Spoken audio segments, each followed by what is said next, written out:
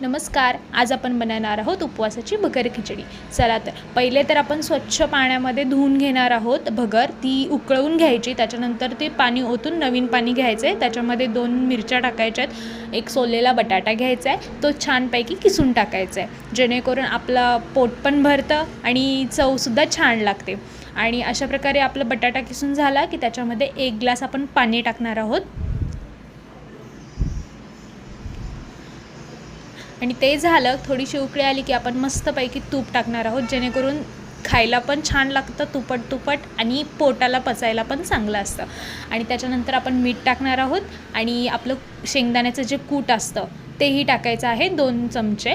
आणि त्याच्यानंतर आपण त्याच्यामध्ये तिखट टाकणार आहोत, 2 चवीनुसार तुम्ही टाकू शकता.